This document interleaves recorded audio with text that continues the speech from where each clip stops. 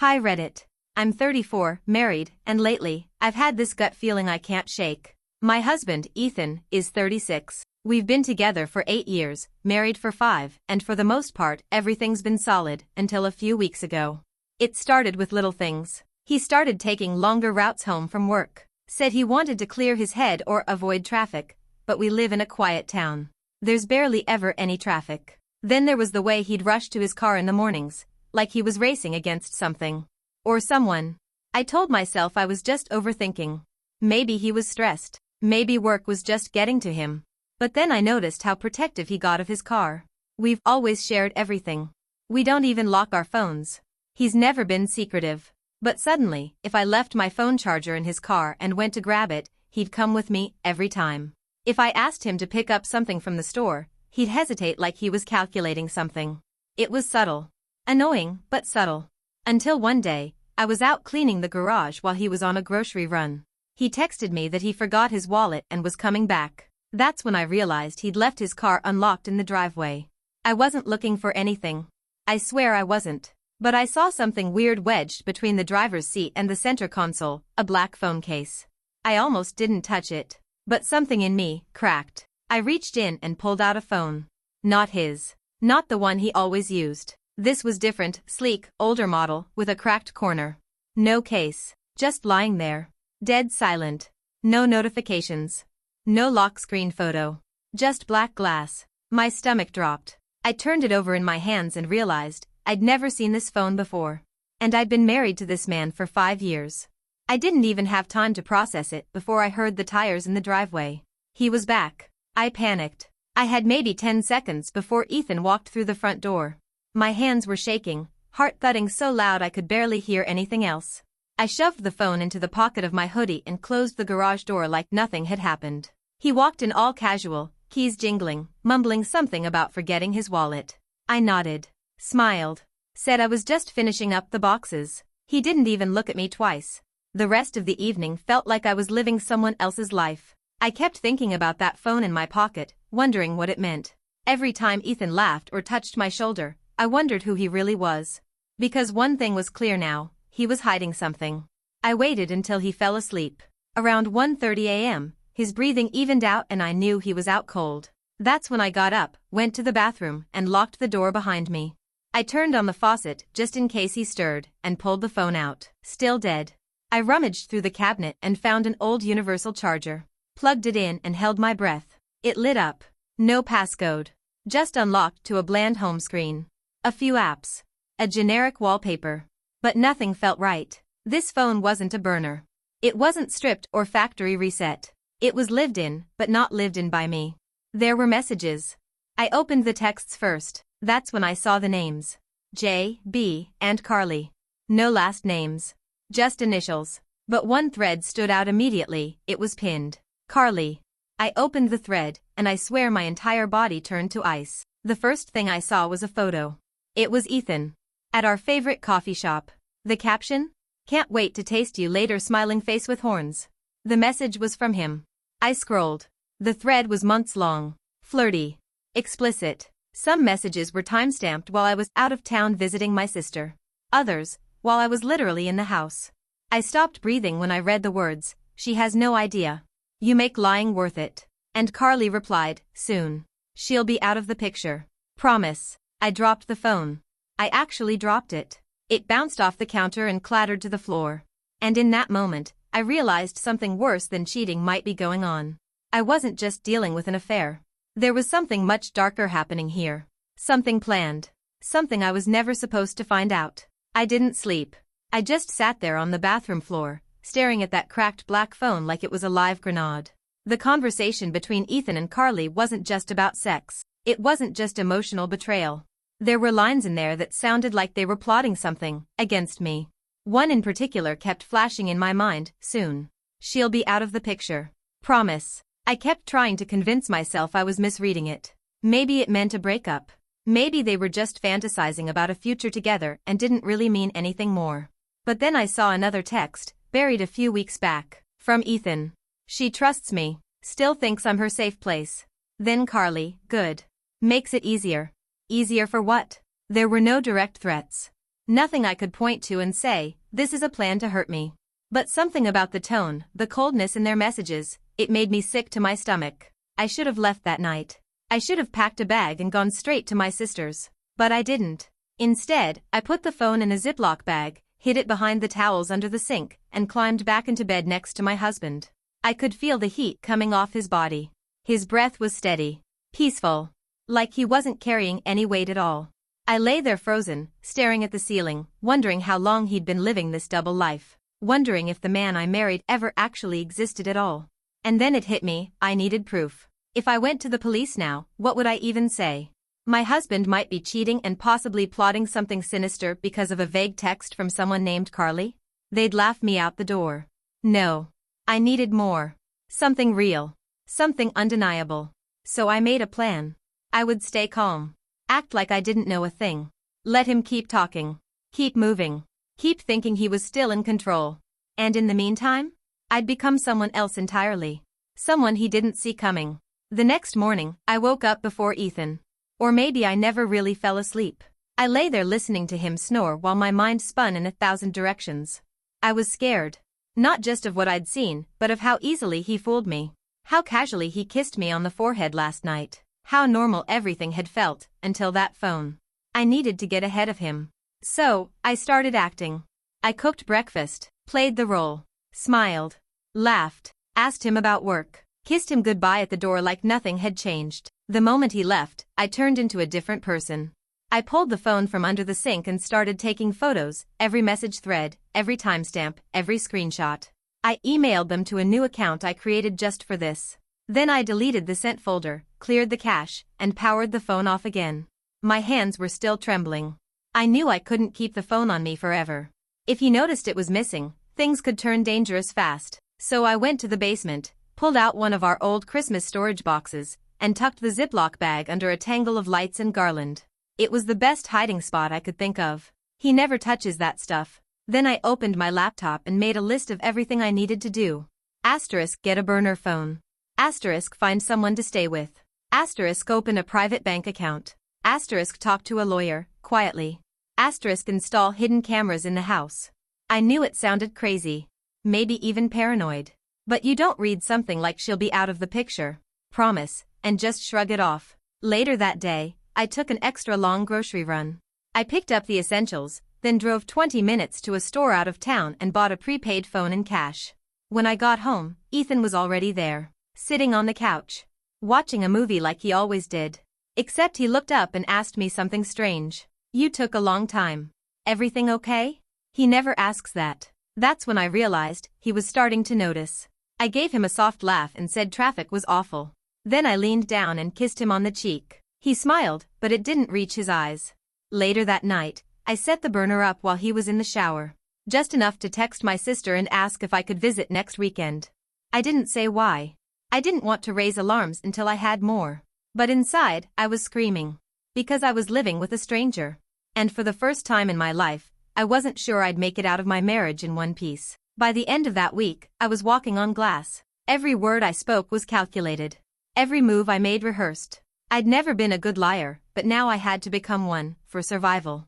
Ethan didn't know that I'd seen the phone. He didn't know I had proof. And I had to keep it that way.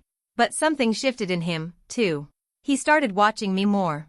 Little glances that lingered too long. Asking weird questions like, did you sleep okay last night, even though he never asked that before? Once, I caught him staring at me while I was brushing my hair. He didn't smile. He just looked cold. I knew I was being watched. I felt it. So I got smarter. I stopped hiding things in obvious places. I kept the burner phone in the bottom of a tampon box in the guest bathroom. I created a folder on my laptop disguised as an old tax file that held all the screenshots from the hidden phone.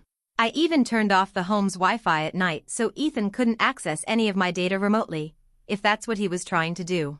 Then one night, while he was asleep, I tested him. I opened his regular phone. The one we both used freely. Nothing. No secret apps, no shady texts, nothing unusual. I even checked his recent calls. All work, family, and me. That's when it really hit me. He was keeping 2 separate lives, and I was the wife in one of them. The next day, I installed a small hidden camera in our living room. Just one. For now. tucked into a fake wall plant. I wanted to see what he did when I wasn't home. So the following afternoon, I left. I told him I was going shopping with a coworker. Grabbed a coffee, parked a few blocks away, and waited. When I got back home, I played dumb. Said traffic was horrible. Kissed his cheek like always. That night, when he went to bed, I reviewed the footage. And what I saw made my stomach drop. The moment I left the house, Ethan grabbed his regular phone, and then pulled the black one out of his coat pocket. The one I'd hidden in the Christmas bin. He stood in the middle of the living room, scrolling, pacing, typing furiously. Which means, he had another one. A second secret phone. I had only found one. I didn't sleep that night. If he had another hidden phone, one I didn't even know existed, then what I found was just the tip of the iceberg. I kept thinking back to that first phone. The messages. The threat. She'll be out of the picture. Promise. But now there was more. More I hadn't seen. More he'd made sure I wouldn't see. The next morning, I pretended everything was fine. Smiled. Made his coffee. Kissed his shoulder like I always did. And while he showered, I went straight to the Christmas bin. The phone was still there. The first one. The one I'd thought was the only one. So what the hell did I watch him use last night? Something snapped in me. Not fear. Not rage. Something colder. Focused. I wasn't just suspicious anymore. I was investigating my own husband. I went through every coat in the hallway. Nothing. Checked under the seats in his car. Nothing. But when I opened the garage, I saw it. The toolbox. He hadn't touched it in years. We only ever called someone for repairs. But the top drawer was slightly cracked open. Inside, underneath a pile of zip ties and a broken flashlight, was another phone. Different from the first. Newer. Slimmer. Also unlocked. I held it in my hands and just stared at it for a long time. My hands were sweating. This time, I didn't wait to get inside. I turned it on, right there in the garage. The home screen was nearly empty. But there was one single app sitting in the corner, like it was trying to blend in. An encrypted messaging app. I opened it. And what I saw was not just messages to Carly. There were messages to another name, M, and these weren't flirty. They were clinical. Cold. Ethan, still no pushback. She's clueless. M, clock is ticking. Can't delay much longer. Ethan, soon. Just waiting on final confirmation. M, don't wait too long. We need the account transfer before Q3. What the hell was this? Money? A setup? Then came the worst message. From Ethan. Timestamped yesterday, 2 hours after I left to go shopping. She's almost where we want her. Let me handle the rest. I swear, I stopped breathing. This wasn't just cheating. This was orchestration. He wasn't just lying to me. He was maneuvering me. Whatever M was helping him with, it wasn't about love. It was about getting rid of me. I didn't go back inside right away. I stood in the garage holding that second phone like it had teeth. Like it could bite through my skin if I stared at it too long. Who was M? What were they planning? And more importantly, why was Ethan playing puppet master with my life? I took 1,000 screenshots. Every message. Every name. Every timestamp. I backed them up to the burner phone and emailed them to the same hidden account I'd set up before. I didn't go back in until my breathing was steady. Ethan was on the couch, watching something on his laptop. When he looked up and smiled, I wanted to scream. Instead, I smiled back. It made my skin crawl. That night, I barely touched my dinner. Told him I wasn't feeling well and went to bed early. He offered to bring me tea. I said no. I didn't want him anywhere near me. But I couldn't sleep. My mind kept circling around those messages. Waiting on final confirmation. She's almost where we want her. Account transfer before Q3. Money. Timing. A plan. And then, something clicked. A few weeks ago, Ethan had me sign a stack of documents. Said they were joint account updates. He made it sound casual. Routine. And I signed them. Without reading everything. That was my mistake. The next morning, I made a quiet appointment at the bank while he was at work. The woman at the desk was friendly. I told her I wanted to review some recent account changes. She hesitated, then leaned in and asked if I was sure I wanted to look through the documentation without my husband present. That's when I knew something was very, very wrong. She brought out the papers I signed. And there it was.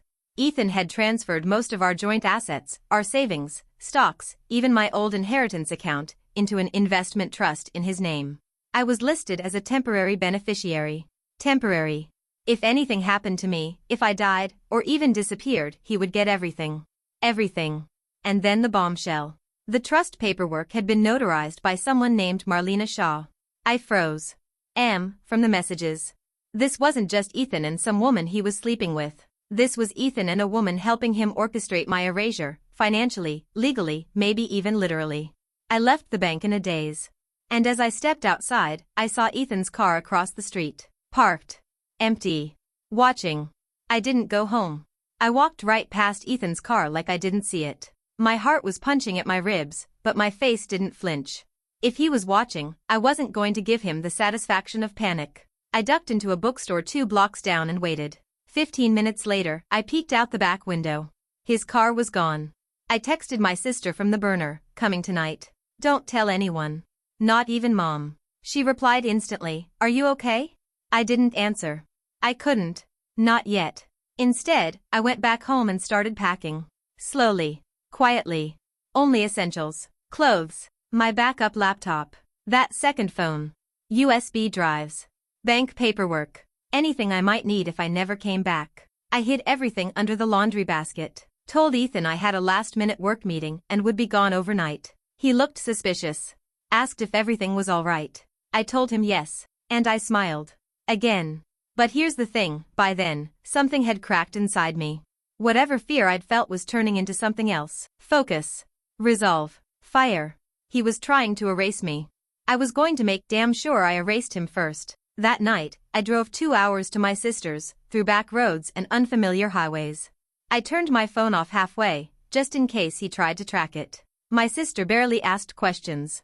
She could see it in my face. She gave me a blanket, a couch, and quiet. That was all I needed. And then I got to work. I pulled out everything. The messages. The screenshots. The trust papers. The signatures. I made duplicates, backed them up in 3 separate drives, and sent a sealed copy to a lawyer I'd found 2 days earlier under a fake name. Then, just before midnight, I opened the second phone again. There was a new message. From M. Status? Where are we with her? And Ethan's reply? She's acting weird. I think she knows something. My blood ran cold. But then I smiled. Because he was right. I did know something. I just hadn't told him yet. The moment I read that last message, she's acting weird. I think she knows something. I knew I had to move fast. I couldn't run forever. And I couldn't let him think I'd disappeared. Not yet. So I came up with a plan. A trap, really. One that would feel just familiar enough to lure him in, but tight enough that when it snapped shut, he wouldn't be able to breathe. I started by sending a message from my real phone. Just one. Hey. I've been thinking. Can we talk? He responded in under 2 minutes. Of course. I'm so glad you reached out. I've been worried. Can we meet? I waited an hour before replying. Tomorrow. 6 p.m. Our spot. I knew what he'd think. He'd assume I was breaking down. Regretting. Ready to come home. Maybe even forgive. And that's exactly what I wanted. But I had no intention of showing up alone. I reached out to a private investigator that a friend of my sister's recommended. Former cop. Discreet. Expensive. I gave him everything, names, numbers, screenshots, and most importantly, a location. He agreed to come. To record everything. I also sent another copy of the second phone's messages to the lawyer I had quietly retained under a pseudonym. He flagged 3 messages immediately, said they weren't just suspicious, they could be construed as premeditation. That word hit me hard. Premeditation. Not just manipulation. Not just betrayal. Something criminal. That night, I couldn't sleep again. My sister stayed close, didn't press. I told her as little as possible. Not because I didn't trust her, because I didn't want her to have any liability. Then the next day came. And at 6 p.m., I walked into the small, quiet park on the edge of town.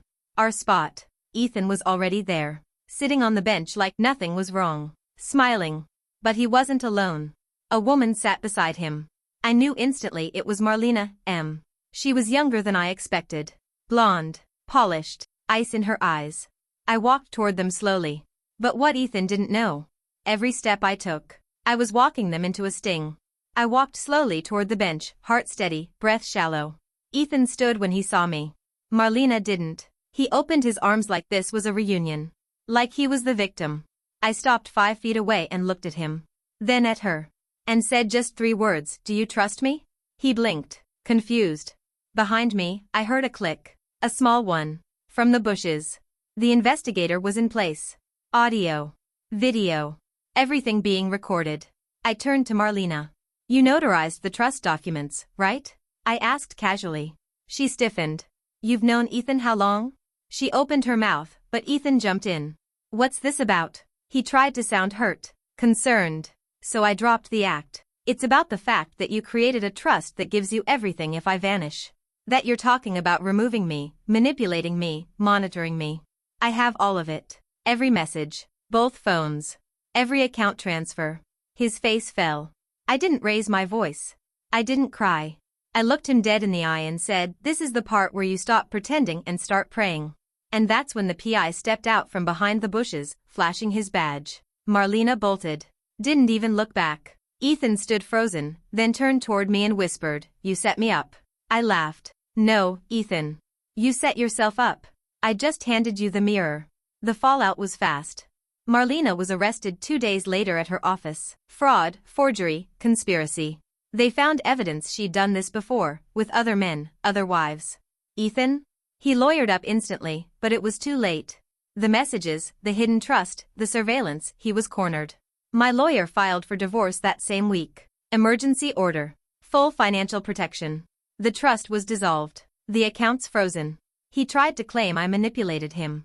But the courts saw the truth. The story made its way to the news. Local business owner and notary caught in marriage fraud ring. I stayed out of it publicly. Let the lawyers do the talking. But inside? I felt reborn. In the aftermath, people asked how I kept my cool. How I didn't break. But the truth is, I did. Quietly. Alone. In locked bathrooms and empty cars. But every time I looked at those messages, she's almost where we want her. Let me handle the rest. I remembered why I couldn't afford to stay broken. Ethan thought I was weak, gullible, an easy erase. He forgot one thing. I see better in the dark. Update. It's been 3 months. Ethan's facing charges. Marlena took a plea. I moved into a new apartment. Got a dog. A therapist. A better lock on my door. I sleep with both eyes open now, not out of fear, but from instinct. I still don't know how far Ethan would have gone if I hadn't found that phone. But I know one thing for sure. He'll never have the chance again. And neither will anyone like him.